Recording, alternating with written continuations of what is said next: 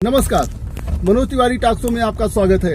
आज मेरे साथ समाजवादी पार्टी की युवा नेता और शहर पश्चिमी विधानसभा से चुनाव लड़ चुकी पूर्व छात्र संघ अध्यक्ष ऋचा सिंह हैं। आज हम ऋचा सिंह से बहुत ढेर सारी समाजवादी विचारधारा और समाजवादी पार्टी के बारे में और राजनीति के बारे में बात करेंगे।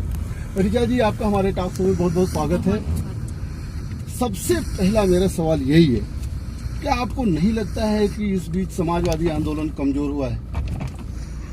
देखिए, समाजवादी आंदोलन बहुत मजबूत हुआ है मेरी नजर। और जिस तरीके से समाजवादी पार्टी ने, आप देख सकते हैं कि पिछले 3 साल से हम विपक्ष में हैं और लगातार जनता के सवालों को उठा रहे हैं। और इससे पहले भी समाजवादी पार्टी की जब से स्थापना हुई, लोहिया जी के जो विचार थे और जो पूरा समाजवादी विचारधारा थी, उसको लेकर हम लोगों के बीच में गए हैं। हम लोगों ने समाज के उस अंतिम व्यक्ति की बात की है जिसका नाम समाजवाद है। हमने उसकी बात की है जो व्यक्तिवाद से समूहवाद की ओर ले जाता है, जो किसी एक व्यक्ति की बात नहीं करता है, जो समाज की बात करता है। मेरा ये कहने का मतलब है, जो 1989 के दौर में समाजवादी आंदोलन चले, जनता दल कई पार्टियों को मिलके बनी, एक मंच बना, इतना उनको सफलता मिली, देवगौड़ा साहब, गुजराल साहब, ये सब प्रधानमंत्री उसके बने, वीपी सिंह, चंद्रशेखर जी बने।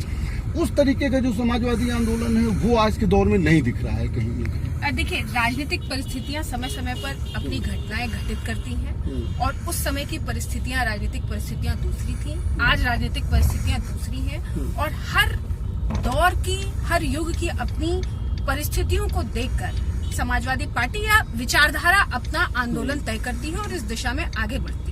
इससे बड़ा प्रमाण समाजवादियों का क्या हो सकता है कि हमने विपक्ष में बैठने का, और हमने जिस तरीके से वर्तमान भारतीय जनता पार्टी ने जुमलों का सहारा लिया, झूठ का सहारा लिया, लोगों को समाज में नफरत की राजनीति का सहारा लिया। हमने विपक्ष में काम करने के बावजूद, माननीय अखिलेश यादव जी ने 2012 से 17 तक जितना काम किया, हमने काम के बावजूद विपक्ष में बैठने का जो है फैसला लिया, लेकिन हमने नफरत की राजनीति।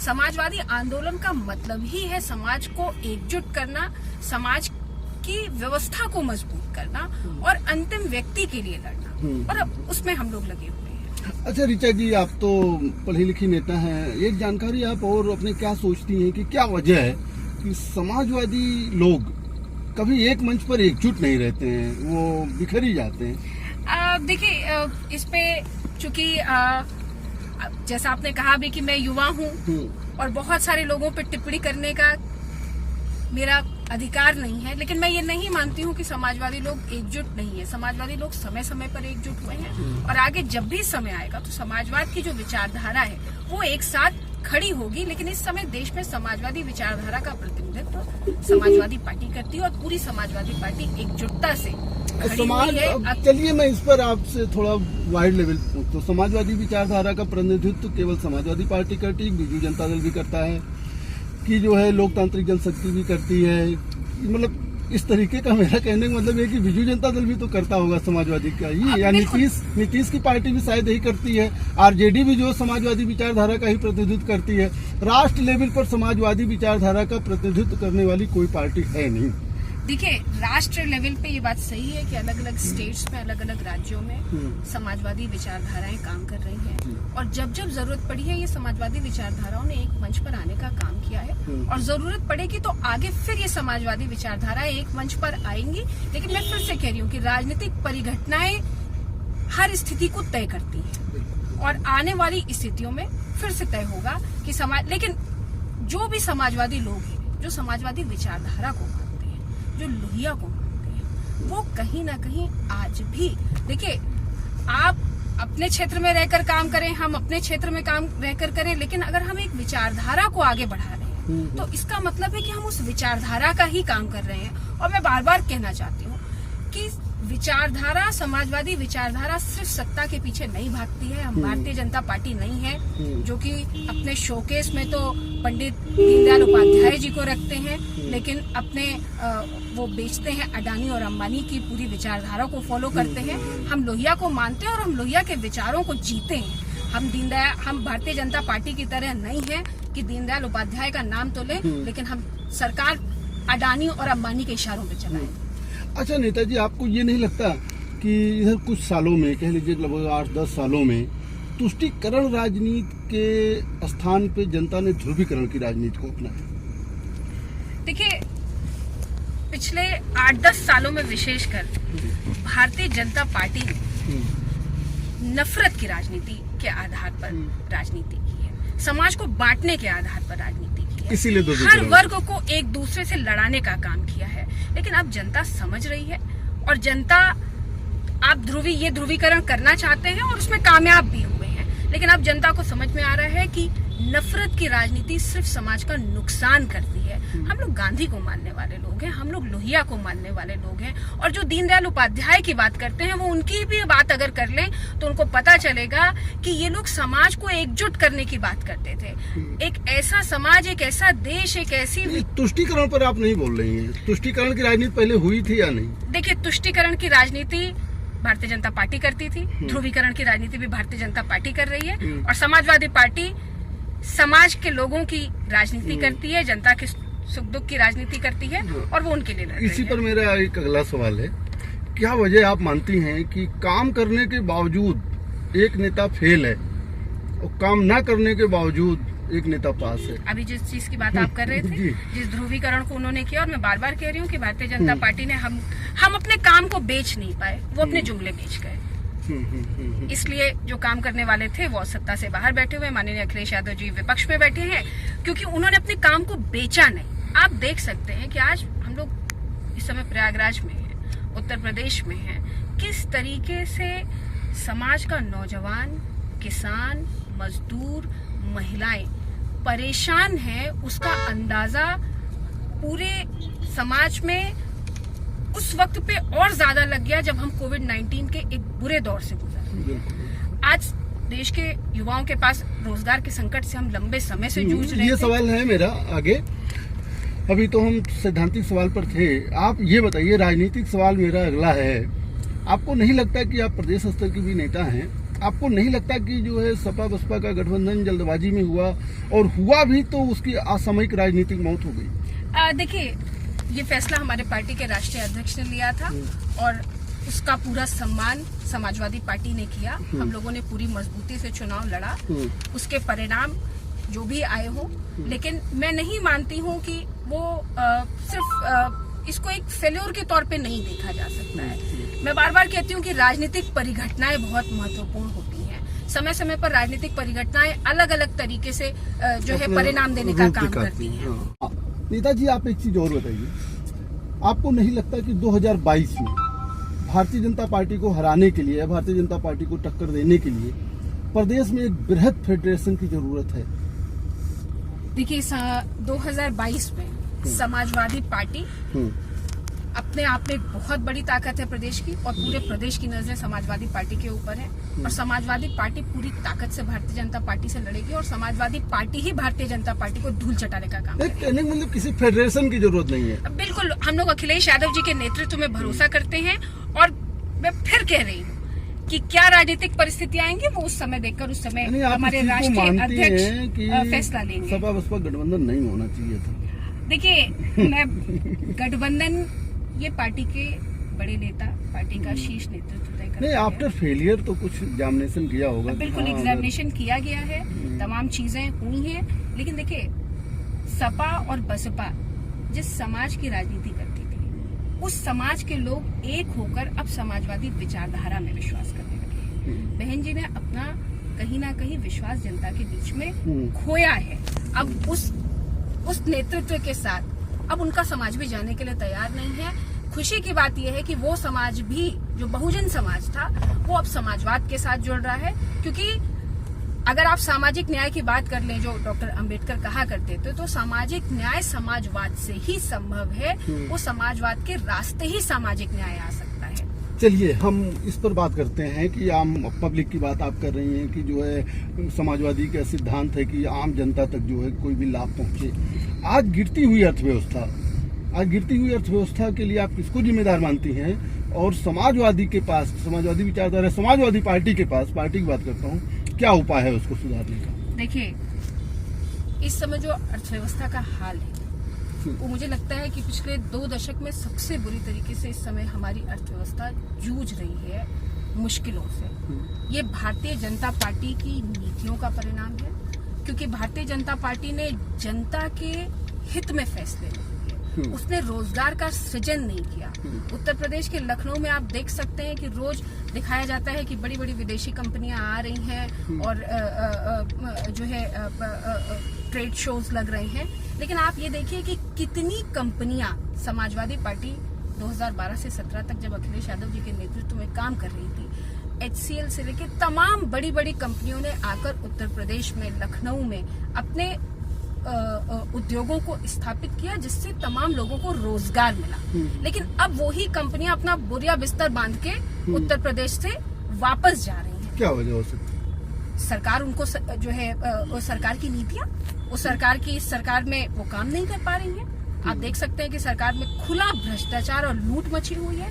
इस लूट में कोई भी कंपनी कैसे काम करेगी? कंपनियों ने अपने पांव पीछे खींच लिए हैं और अर्थव्यवस्था, देखिए मैं बार बार कह रही हूँ, समाजवादी पार्टी का क्या जो है उपाय रहेगा अगर बाई चांस आप सत्ता में आते नहीं हैं? बाई चांस नहीं, मैं आपको बता दूं कि सत्ता में 2022 आप में आते हैं। 2022 में समाजवादी पार्टी सत्ता में आने जा रही है। जी। और जिस तरीके से पिछली सरकार में, समाजवादी सरकार में आप देख सकते हैं, चाहे वो समाजवादी एम्बुलेंस हो, चाहे वो नौजवानों के लिए लैपटॉप बांटने का काम हो, कन्या विद्याधन योजना हो, साइकिल ट्रैक बना, आप रोजगार की बात कर लीजिए, चाहे जितनी भी भर्तियां हुई, शिक्षक भर्ती हुई, पुलिस में तमाम भर्तियां हुई, पुलिस का पूरा मॉडिफिकेशन अखिलेश यादव जी ने किया। अखिलेश यादव जी के नेतृत्व में उत्तर प्रदेश की पुलिस मॉडिफाइड हुई। आज आप देख सकती हैं जो जगह जगह चौराहे पे डायल 100 खड़ी रहती है, जिसका उन्होंने नाम बदल दिया। नाम बदलने के सिवा उन्होंने कुछ किया नहीं। उन्होंने प्रयागराज का भी, इलाहाबाद का भी नाम बदल दिया। जबकि मैं आपको ये कहना चाहती हूँ कि आप और हम तो इलाहाबाद से आते हैं, बिल्कुल, और आप जानते हैं कि इलाहाबाद तो हमेशा से प्रयागराज था। इलाहाबाद की पहचान ही त्रिवेणी और संगम और प्रयागराज इलाहाबाद रहेगा, उसमें कोई ऐसी नहीं, बिल्कुल बात है। नहीं लेकिन सवाल इस बात का है कि आपकी राजनीति जो जनता के मुद्दों पे और जन भावनाओं को लेकर होनी चाहिए थी, वो नाम बदलने को लेकर, विपक्ष के नेताओं को जो है टारगेट करने को लेकर है। आप देख सकते हैं कि अच्छा, ये सवाल मेरा अगला है, अभी रहेगा राजनीति में, क्या लगता है कि भारतीय जनता पार्टी की उत्तर प्रदेश सरकार जो है वो बदले की राजनीति कर रही है? बदले की राजनीति का जो पूरा कॉन्सेप्ट है, इसको भारतीय जनता पार्टी ने ही पैदा किया है। भारतीय जनता पार्टी को बड़े लंबे वनवास के बाद सत्ता मिली, और उनको ये भी पता है कि अगर एक बार वनवास के बाद सत्ता मिली और दोबारा वनवास आया तो वो वनवास आसानी से समाप्त नहीं होगा। वो पूरे खुले तौर पर बदले की राजनीति कर रही है और सारी राजनीतिक नैतिकताओं को उन्होंने ताक पर रख दिया है। यानी कि विधायकों को तोड़ना, ये करना। बिल्कुल, आप देखिए ना कि किस तरीके से खुलेआम विधायकों को खरीदा जा रहा है, विपक्ष के नेताओं के ऊपर मुकदमे लिखे जा रहे हैं। और तो और हम लोग इलाहाबाद में टहल रहे हैं, इस समय इलाहाबाद में चल रहे हैं, आपके साथ बातचीत हो रही है। आप ये देखिए कि अपने लोगों के ऊपर से मुकदमे वापस ले लेना, तो आप कहीं ना कहीं आपने पूरी, देखिए समाज और देश कानून की व्यवस्था से चलता है, और भारतीय जनता पार्टी की सरकार ने केंद्र में भी और राज्य में भी कानून के शासन को समाप्त कर दिया है। और ये कहते हैं कि पार्टी, देखिए देशभक्ति और देश, इनको समझना होगा कि सरकार देश का पर्याय नहीं है। वो सरकारें तो बदलती रहती, सरकारें बदलती भी रहती हैं और सरकार देश का पर्याय नहीं है, देश रहना चाहिए। अभी आप देखिए कि कल की जो घटना है, हाँ, उस पर मेरा अगला सवाल है, क्या विदेश नीति जिस तरीके से आजकल नेपाल से भी खटपट चल रही है, पाकिस्तान का नाम लेकर तो चुनाव अपने यहाँ जीता जाता है, साथ में चाइना से भी प्रॉब्लम है, लंका का भी झुकाव जो है वो चाइना की तरफ है, ये विदेश नीति में जो डिफरेंस आया है, आपको लगता है कि ये अच्छा सिग्नल है भविष्य के लिए? नहीं, ये भविष्य के लिए बहुत खराब सिग्नल्स है। और जिस तरीके से अर्थव्यवस्था चौपट हो गई है, उसी तरीके से हमारी विदेश नीति भी चौपट हो गई है।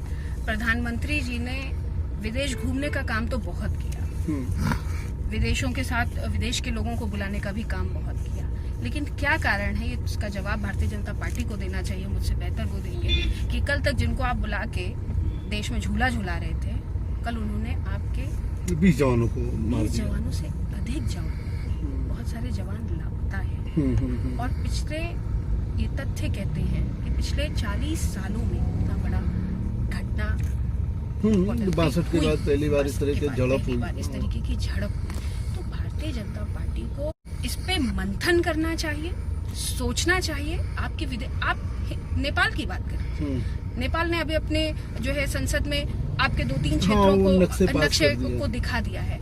नेपाल जो कि हिंदू राष्ट्र हुआ करता था, आज वो भी आपके साथ नहीं खड़ा है।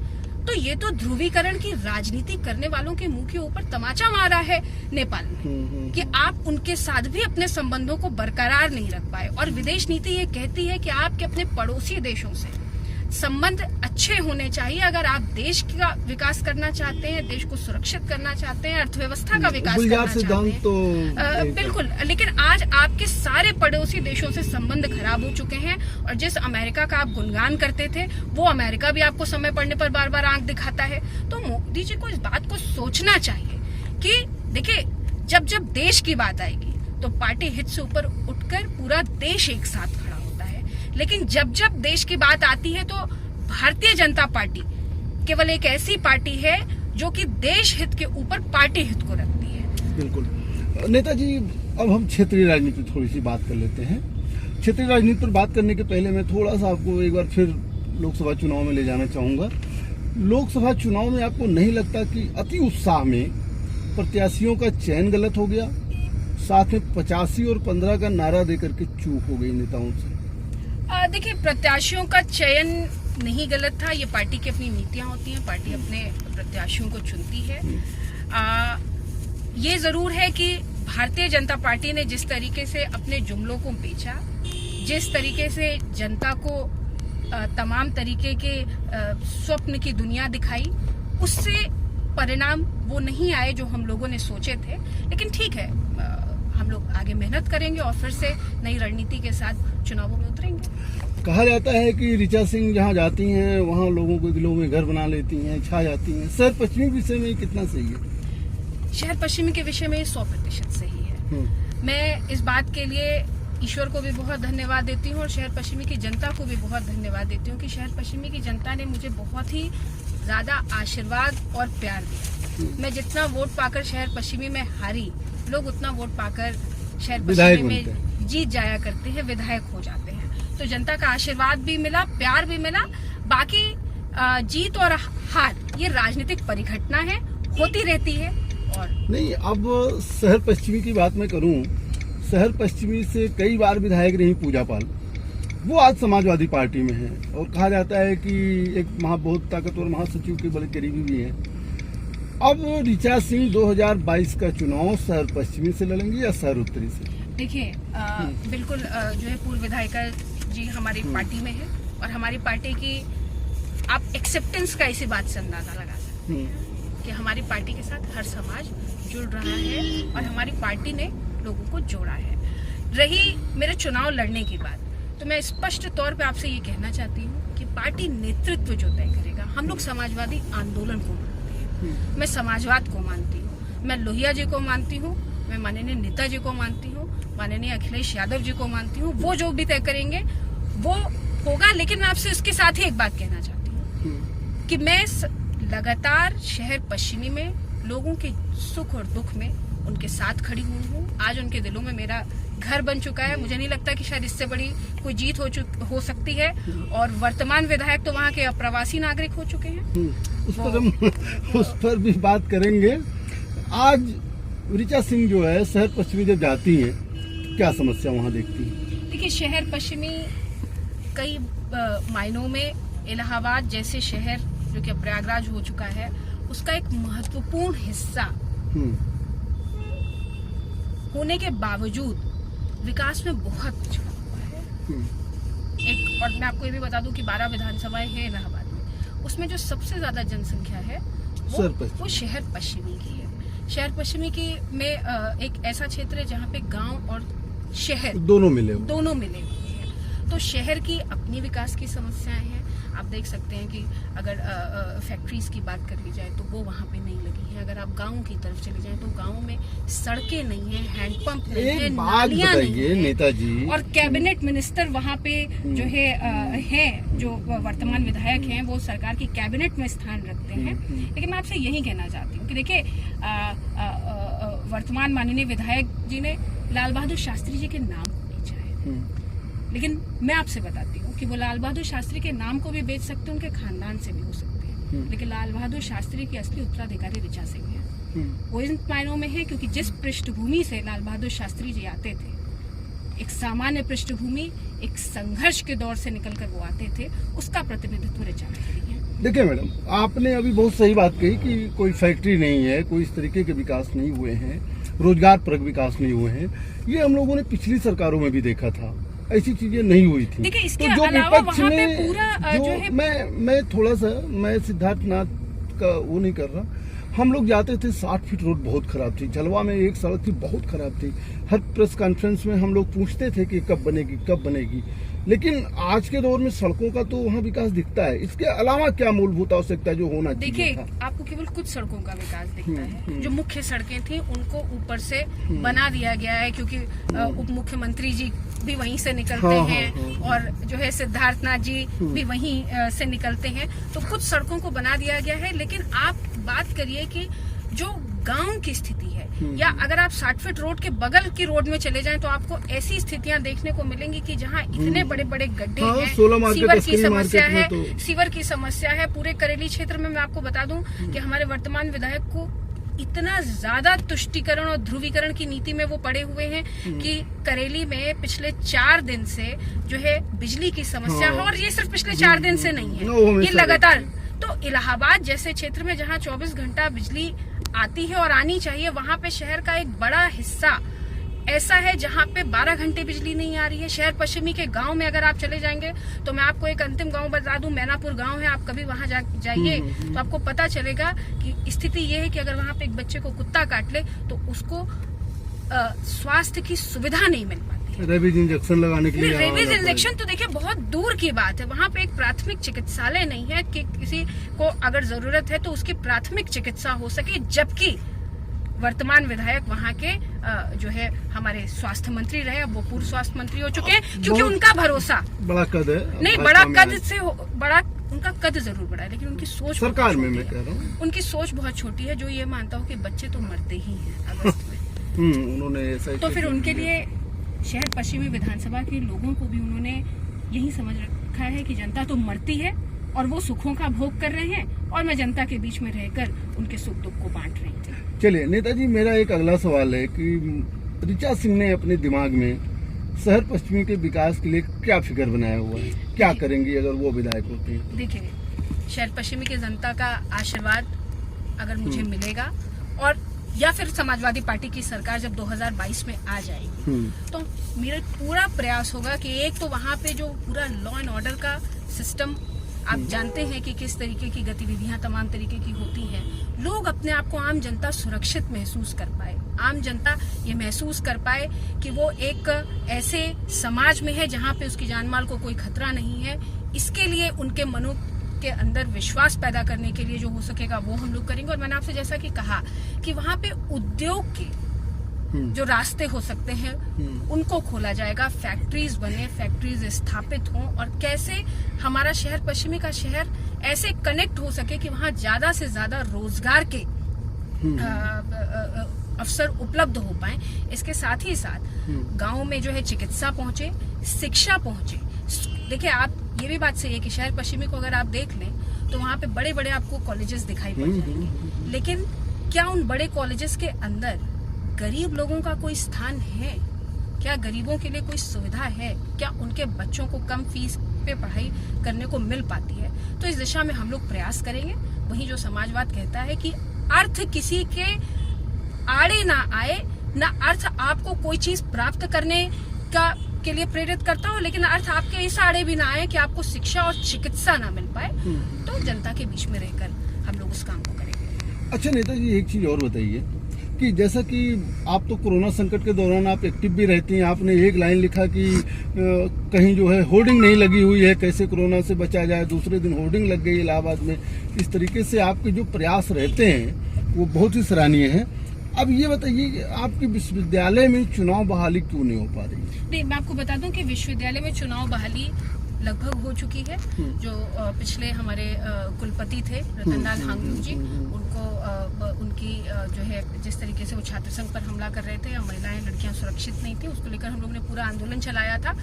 और जिस कुलपति को उत्तर प्रदेश की सरकार और केंद्र की सरकार का संरक्षण प्राप्त हो, उसको विपक्ष के हम कुछ तमाम मुट्ठी भर नौजवान मिलकर और लड़कियां मिलकर उखाड़ फेंके, तो उनको हटाया भी गया, उनको हटना पड़ा, छोड़कर जाना पड़ा।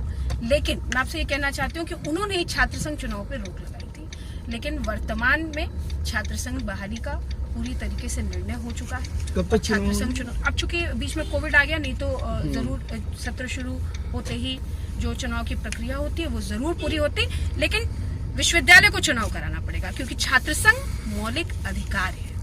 अच्छा नेताजी, एक चीज बताइए, 69,000 शिक्षक भर्ती का जो मामला है, जो फंसा हुआ है, इस पर समाजवादी पार्टी की आधिकारिक मांग क्या है? देखिए, समाजवादी पार्टी की आधिकारिक मांग ये है कि इसकी सिटिंग जज से, हाईकोर्ट के माननीय सिटिंग जज से इसकी पूरी जांच कराई जाए, दोषियों को सजा दी जाए। लेकिन सवाल इस बात का है कि समाजवादी पार्टी तो मांग कर रही है, लेकिन जो सरकार, जो सत्ता शासन में बैठे हुए लोग हैं, आप उनका रवैया देख सकते हैं कि जिस तरीके से 69,000 शिक्षक भर्ती में, मैं आपको स्पष्ट करना चाहती हूँ कि ये धांधली सिर्फ आज निकल कर नहीं आई है। जिस समय पेपर हुआ उस समय भी ये शिकायतें आई थी कि जगह जगह सेंटरों से पेपर आउट हुआ।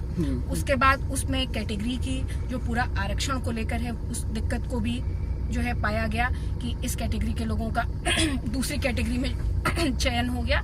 और सबसे बड़ी बात जो पिछले दिनों खुलकर आई, एक तरफ जो है आप हाई कोर्ट में और जो है न्यायालय में जाकर इस बात की जांच करवा रहे हैं कि जो तमाम प्रश्न गलत पाए गए, लेकिन इसी में एक और विफलता जुड़ गई जब ये पता चला गया कि सीटें खरीद फरोख्त की गई, 8-8, 10-10 लाखों में, नकल ही नहीं, 8-10 लाख में बेचा गया है।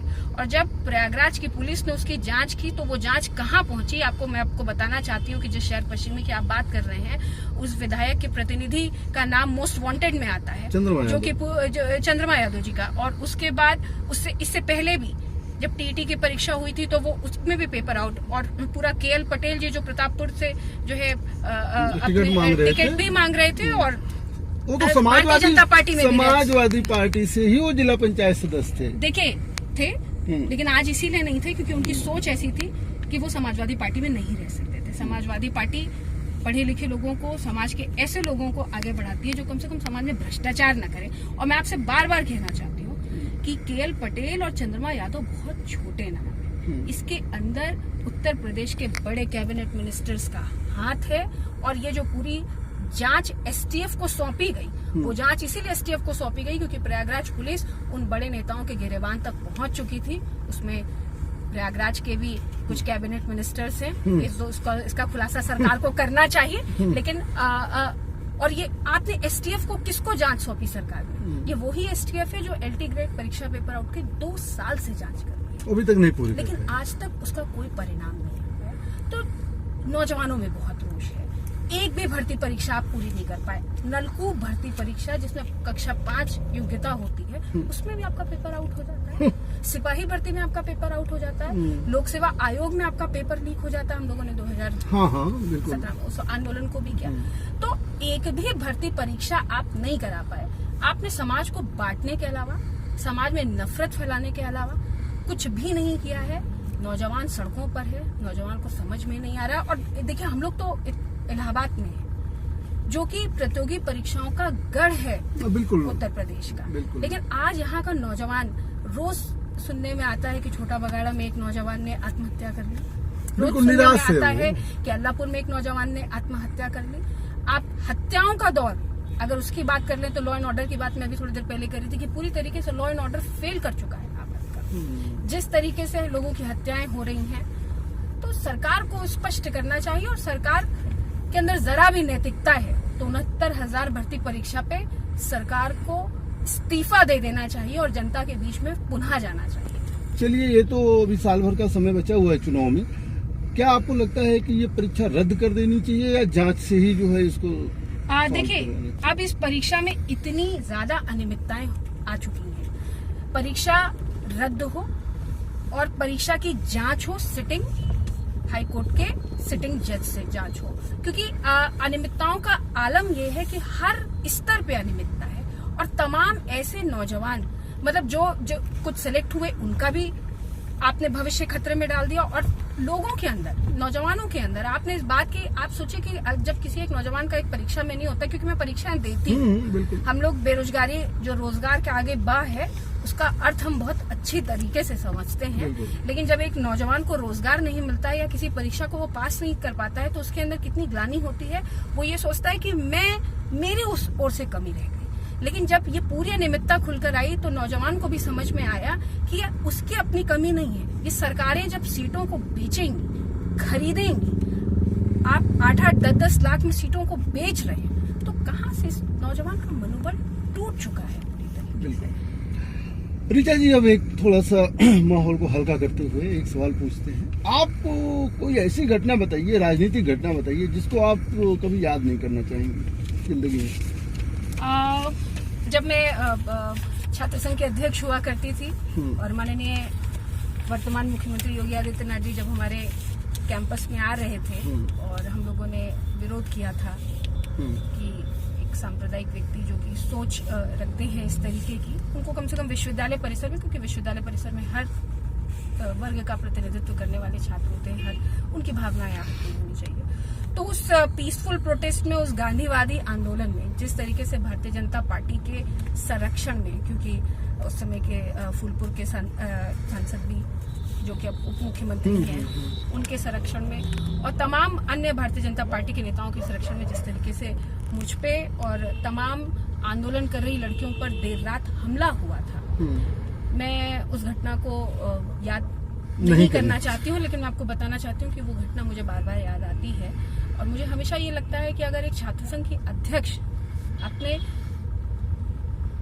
विश्वविद्यालय परिसर में या अपने ही शहर के अंदर सुरक्षित नहीं है, तो आप एक आम लड़की की परिकल्पना कर सकते हैं कि मैंने तो जो जिया, मैंने उसको झेला, वो अलग बात है, लेकिन महिलाओं की सुरक्षा के ऊपर एक वो बड़ा प्रश्न चिन्ह था, छात्राओं की सुरक्षा के ऊपर बड़ा प्रश्न चिन्ह था कि भारतीय जनता पार्टी के लोग छात्राओं को अपना निशाना बना रहे थे, उनके साथ मारपीट कर रहे थे, गाली गलौज कर रहे थे। ये तो एक दुखद घटना हो गई जिसको आप कभी याद नहीं करना चाहेंगी। कोई एक सुखद घटना भी बता दी जिसको कोई भूलना नहीं चाहेंगी। देखिए, जब मैं शहर पश्चिमी में चुनाव का टिकट लेकर गई और माननीय अखिलेश यादव जी ने जब मेरे ऊपर भरोसा किया, तो जब मैं लोगों के घरों में जाती थी अपने प्रचार के लिए, गाँव में जाती थी, शहर में जाती थी, तो लोग जिस तरीके से मुझे पहचान रहे थे, लोग जिस तरीके से मुझे अपना प्यार और आशीर्वाद दे रहे थे, वो मेरे लिए अभूतपूर्व है, अतुलनीय है। और मैं आपसे कहना चाहती हूँ कि चुनाव लड़ना जीतना, आप शुरू में मुझसे पूछ भी रहे थे, चुनाव लड़ना जीतना अलग बात है, लेकिन मैं मरते दम तक, मैं चुनाव लड़ूं ना लड़ूं, मैं विधायक बनूं ना बनूं, लेकिन मैं मरते दम तक अपनी शहर पश्चिमी विधानसभा को नहीं छोड़ूंगी, उनके लोगों के बीच में खड़ी रहूंगी। चलिए, 2022 पर एक बार फिर चर्चा करते हैं। वैसे आपने तो पहले भी कह दिया है, आपको लगता है कि असेंबली हंग होगी या किसी की सरकार बनेगी पूर्ण बहुमत से? पूर्ण बहुमत से भारतीय जनता पार्टी बाहर जाएगी, जो कि पूर्ण बहुमत से आई थी, वो पूर्ण बहुमत को जो है उससे बाहर जाएगी और समाजवादी पार्टी पूर्ण बहुमत से सरकार बनाएगी। अच्छा नेता जी, एक चीज और बताइए, कोई भी दल हो, कोई भी दल का नेता हो, किसी भी दल की बात मैं करूं, हमेशा जनता के लिए उपलब्ध रहता है, रात हो, दिन हो, सुबह हो, भोर हो, आप भी उपलब्ध रहती होंगी। आप लोग नींद पूरा कैसे ले पाते हैं? स्वास्थ्य के लिए नींद भी तो जरूरी है। बिल्कुल, देखिए, राजनीति इतना आसान काम नहीं है और कई बार जितना दूर से देखने में लगता है, और विशेषकर उन लोगों के लिए तो कतई आसान नहीं है जो सामान्य पृष्ठभूमियों से आते हो, जिनकी कोई राजनीतिक पृष्ठभूमि ना रही हो, और आपको और महिलाओं के लिए राजनीति और थोड़ी सी मुश्किल हो जाती है, क्योंकि आपको 24 घंटे लोगों के बीच में उपलब्ध रहना पड़ता है। लेकिन ठीक है, ये चुनौतियां हैं, इनको सामना करना चाहिए। और मैं आपको एक उदाहरण भी देना चाहूंगी कि दुनिया में 7 देश ऐसे हैं जिन्होंने कोविड पर विजय पाई है, और उन 7 देशों की प्रधानमंत्री महिलाएं हैं। ये तो बधाई है महिलाओं के लिए। तो ये एक बड़ी बात है। न्यूजीलैंड की जेसिंडा आर्डर्न जी ने अभी पिछले दिनों में पूरी तरीके से कोविड को खत्म कर दिया है। इसी तरीके से जर्मनी में तो महिलाएं प्रतिनिधित्व के लिए तैयार भी हैं, और ये बिल्कुल चुनौती है। स्वास्थ्य भी चुनौती होती है। मैं आपको बता दूं कि मैं साथ ही साथ अपनी पीएचडी भी कर रही हूं, तो मेरे लिए ये भी चुनौती है।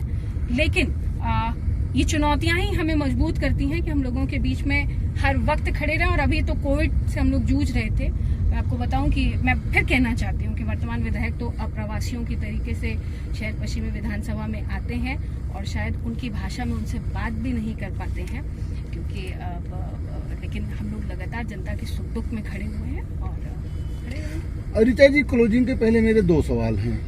पहला सवाल थोड़ा पर्सनल है, इतना भी पर्सनल नहीं है, पूछा जा सकता है। एक, आप कामयाब नेता हैं और समाज सेविका भी हैं। अभी हमने देखा कि आपका स्टेटस सिंगल है, कब मिठाई खिला रही हैं? देखिए, मैंने अपना जीवन समाज के लिए समर्पित कर दिया है और मुझे समाज के लिए काम करना है। अब ये तो बहुत सारी चीजें जो है ऊपर तय होती हैं, तो कुछ चीजें उसके लिए छोड़ देनी चाहिए। लेकिन हाँ, मेरा व्यक्तिगत जीवन इतना महत्वपूर्ण नहीं है कि मैं अपने सामाजिक जीवन के दायित्वों को निर्वाह करने के बीच में उसको लेकर आऊं। तो मैं जरूर, ये मेरे लिए अहम सवाल नहीं है और इस पे कोई बात नहीं। नेताजी, लास्ट क्वेश्चन मेरे हैं, शहर पश्चिमी की जनता को आप ऋचा सिंह क्या संदेश देना चाहेंगे? देखिए, शहर पश्चिमी की जनता को मैं केवल एक संदेश देना चाहती हूँ कि आने वाले विधानसभा के चुनावों में, और सिर्फ चुनावों में ही नहीं, आप ऐसे लोगों को अपने बीच में चुनाव करिए जो आपके बीच में खड़े होकर आपके सुख दुख को बांट सके। और आने वाला चुनाव बहुत महत्वपूर्ण है, क्योंकि जो वर्तमान पार्टी के लोग हैं वो सत्ता बल से लड़ेंगे, लेकिन हम जनबल से लड़ेंगे, वो बाहुबल से लड़ेंगे, हम आत्मबल से लड़ेंगे और वो